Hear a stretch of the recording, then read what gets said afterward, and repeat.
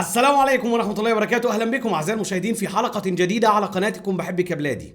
الكابتن نبيل معلول امبارح كان ليه عدد كبير جدا من التصريحات واتكلم عن مواضيع كتير جدا مهمة. اتكلم عن قائمة المنتخب السوري، اتكلم عن أخيرا التواصل بشكل رسمي مع محمود داوود ومع آخرين تحدث عنهم أمس الكابتن نبيل معلول. ولكن قبل أن نبدأ، محمد عثمان امبارح لاعب نادي الخريطيات القطري ولاعب المنتخب السوري الأول للرجال ولاعب هيراكليز الهولندي سابقا، قدم أمس أداء رائعا مع نادي الخريطيات أمام نادي الخور القطري، وسجل الهدف الأول لنادي الخريطيات، ولا أروع هدف من تسديدة. بصوا كده معايا، من ربع الملعب، يعني يمكن كمان أكتر شوية من ربع الملعب. تعالوا نشوفها من زاوية تانية. هدف رائع من مسافة بعيدة جدا جدا، وبعيدا عن ان الكرة ارتطمت بحد او ما ارتطمتش والزاوية طبعا ما كانتش مبينة، فكرة عقلية اللاعب ان هو يفكر يسدد من المسافة البعيدة دي احنا محتاجينها داخل المنتخب السوري الاول للرجال، لان في كل العهود السابقة وفي حدود علمي لدينا مشكلة مع التسديدات من بعيد، لدينا مشكلة في اختراق دفاع الخصم. محمد عثمان بكل تأكيد هيكون إن شاء الله بإذن الله مكسب كبير للمنتخب السوري، تحديدا لو خلى باله من نفسه في الفترة المقبلة. وأقدر أقول بكل ثقة يا خسارتك يا محمد يا عثمان في الدوري القطري، مع احترامنا للدوري القطري. تعالوا نعود ونتحدث تاني مع تصريحات الكابتن نبيل معلول. كابتن نبيل معلول امبارح اتكلم عن قائمة المنتخب السوري، والمفاجأة انه فاجأنا وقال ان القائمة خلاص خلصت. يعني هو ارسل لكل اللاعبين المحترفين ولكل اللاعبين المحليين، وتم الانتهاء من كتابة اسماء اللاعبين في القائمة، ولكنه يعني ارسل تلك القائمة للاتحاد السوري لكرة القدم بشكل سري. واضح ان الكابتن نبيل معلول عايز يتجنب اللغط اللي هيكون حوالين القائمة، لان كده صعب جدا جدا ان انت ترضي الجماهير. هم هيقولوا لك عايزين السومة، ناس تانية بتقول لك لا بلاش السومة هاتوا لنا مايكل اسحاق، ناس تالتة تقول لك لا عايزين عمر خريبين. فطبعا هو تجنب هذا الامر. ايضا الكابتن نبيل معلول وضح امس، يمكن هو اتكلم عن بس عدد اللعيبة في القائمة، وقال ان هو هيكون في 32 لاعب موجودين في القائمة، وفي النهاية هيصفصفوا على 26 لاعب. 26 إلى 27 لاعب هيكونوا موجودين إن شاء الله بإذن الله في المعسكر المقبل في الإمارات. تعالوا نتكلم عن أول لاعب من اللاعبين المحترفين اللي اتكلم عنهم الكابتن نبيل معلول امبارح، وهو محمود داوود. والكابتن نبيل معلول أكد أمس أنه تواصل من خلال لجنة اللاعبين السوريين المحترفين أو المغتربين مع محمود داوود. إذن بشكل رسمي هناك تواصل الآن مع محمود داوود، تحديدا بعد ما هو لعب مباراة مع المنتخب الألماني، وبعد كده تخلى عنه المدرب الألماني، مدرب المنتخب الألماني لافروف، وخلاص هو مش عايزه مع المنتخب الألماني، هو بس كان عايز ان هو يحجزه للمنتخب الألماني. ولكن خلاص بشكل رسمي هناك تواصل مع محمود داوود، وقريبا جدا جدا هيكون في رد. وهنا سؤال هيتسأل لي تحت في التعليقات: هل محمود داوود يحق ليه تمثيل المنتخب السوري الأول للرجال؟ نعم، يحق 100% لمحمود داوود، لأن القوانين اتغيرت. قوانين تمثيل اللاعبين لأكثر من منتخب تغيرت في 15/8 اللي فات، وأصبحت القوانين إن اللاعب لازم يكون لعب 3 مباريات مع منتخب آخر.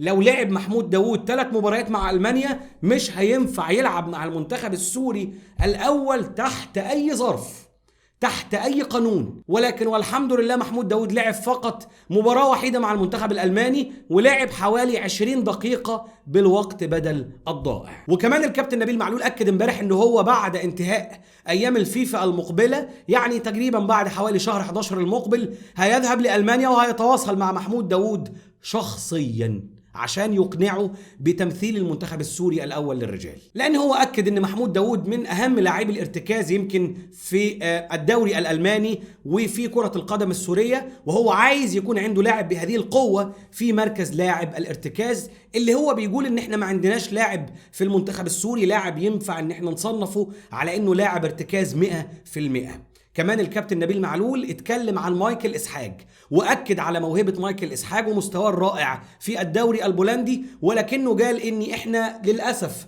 مركز مايكل إسحاق مشغول بمين؟ مشغول بعمر السومة، بعمر خريبين، بمرديك مردكيان، بعلاء الدين الدالي، وبعبد الرحمن بركات. أسماء كتيرة في مركز مايكل إسحاق، ولكنه هيكون بديل في الأوقات اللي بعد كده مش دلوقتي. كمان اتكلم عن الموقف القانوني لمايكل إسحاق، وقال ان احنا ما نعرفش لحد دلوقتي ايه الموقف القانوني بالنسبة لمايكل إسحاق، وعلى الأغلب هو لم يتواصل من الأساس مع مايكل إسحاق ولا حتى لجنة اللاعبين السوريين المحترفين، وبالتالي الكلام دلوقتي على محمود داوود.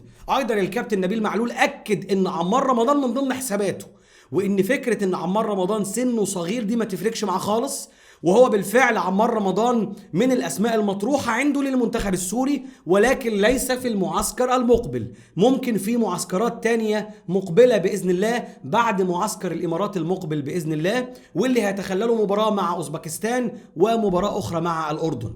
أيضا تحدث الكابتن نبيل معلول عن سيمون أمين، وبكل أسف وضح ان سيمون امين هيكون غير موجود في المعسكر المقبل، وده لانه طبعا تم الاعلان رسميا عن اصابته بفيروس كورونا اللعين. ايضا تحدث الكابتن نبيل معلول اخيرا عن محترف ناس كتير بتسال عنه، وهو بابلو صباغ، واكد ان هو لاعب متميز جدا. وطبعا انتوا عارفين ان بابلو صباغ اصلا من حمص، من مدينة حمص في سوريا، وأكد أن أول ما يكون أوراقه جاهزة ثبوتيا هيكون متواجد مع المنتخب السوري الأول للرجال. إذن الكلام دلوقتي عن المحترفين أولا كان عن سيرجون إبراهام، وخلاص الأمر بالنسبة له قانونيا أصبح صعب. دلوقتي إحنا بنتكلم على محمود داوود وعلى بابلو صباغ، هم دول الاثنين اللعيبة المحترفين اللي قريبا جدا جدا هيكونوا موجودين مع المنتخب السوري الأول للرجال وفق تصريحات الكابتن نبيل معلول أمس.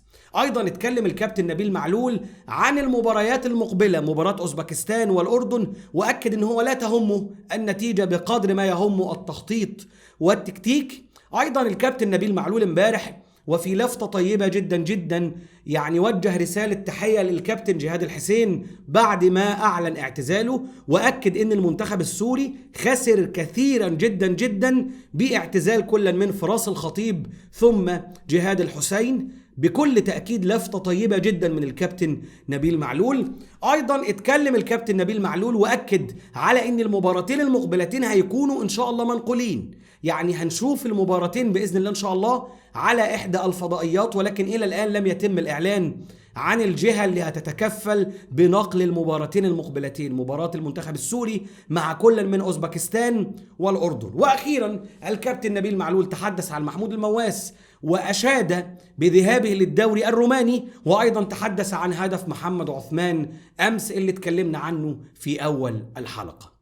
أنا سعيد جدا بصراحة بتصريحات الكابتن نبيل معلول، تحديدا ان تصريحاته كل مرة بتكون محسوبة جدا جدا، ودايما هو ما بيحبش يطلع كل التصريحات مرة واحدة، لا هو كل شوية بيفاجئنا ببعض الأمور. رسميا محمود داوود وبابلو صباغ خلاص احنا دلوقتي ماشيين في إطار استدعائهم للمنتخب السوري الأول للرجال. وتعالوا سريعا نرد على بعض من تعليقاتكم الكريمة. والتعليق الأول من حساب يحمل اسم أردي خليل، بيقول تحياتي لك من تونس، نتمنى تنظيم مباراة ودية بين منتخب سوريا ومنتخب تونس. أخي الغالي أتمنى الأمر ده ولكن ليس الآن.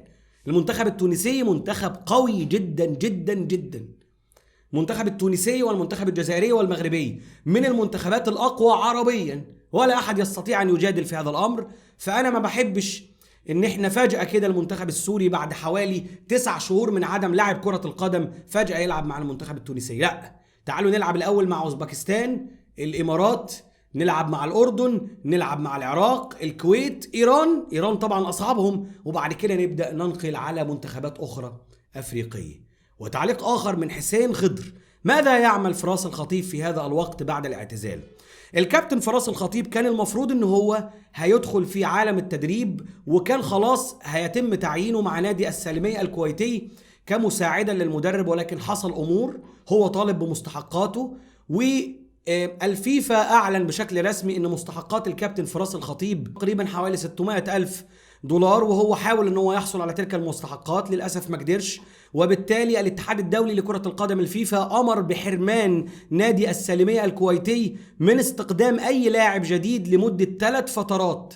تخيلوا، يعني 3 مواسم نادي السالمية الكويتي مش هيقدر ان هو يحصل على لاعبين جدد. طبعا عقوبة قوية جدا على نادي السالمية الكويتي، ولكن في النهاية هم اللي جابوه لنفسهم، مع احترامنا طبعا لأهلنا في الكويت. وتعليق آخر من حساب يحمل الاسم الذي أمامكم: أخي ليش ما ترد على سؤالي هل تم الإعلان عن قميص المنتخب السوري؟ لا، إلى الآن ما تمش الإعلان عن القميص الخاص بالمنتخب السوري، ولكني أعتقد بنسبة كبيرة أن القميص هيكون موجود إن شاء الله في المعسكر المقبل في الإمارات بإذن الله. وتعليق آخر من حسام أسعد: أخي أحمد، ما في أمل يلعب ميكائيل إسحاق مع المنتخب في المعسكر القادم، شو برأيك؟ لا، الكابتن نبيل معلول ولجنة اللاعبين المحترفين لم تتواصل من الأساس مع مايكل إسحاق، التواصل فقط مع محمود داوود ومع بابلو صباغ. وتعليق آخر من عمر السومة: أخوي أحمد أرجو الرد، ممكن تردد القناة الناقلة؟ للأسف إلى الآن نحن لا نعلم ما هي القناة الناقلة لمباراتي المنتخب السوري، ولكن على الأغلب ستكون قناة من القنوات الخاصة بالإمارات، قناة دبي الرياضية ممكن، ولكن إلى الآن مفيش أي كلام رسمي عن القنوات الناقلة. بنهاية الحلقة بشكركم جدا جدا على حسن المتابعة، وإلى اللقاء في حلقة جديدة على قناتكم محبك بلادي، والسلام عليكم ورحمة الله وبركاته.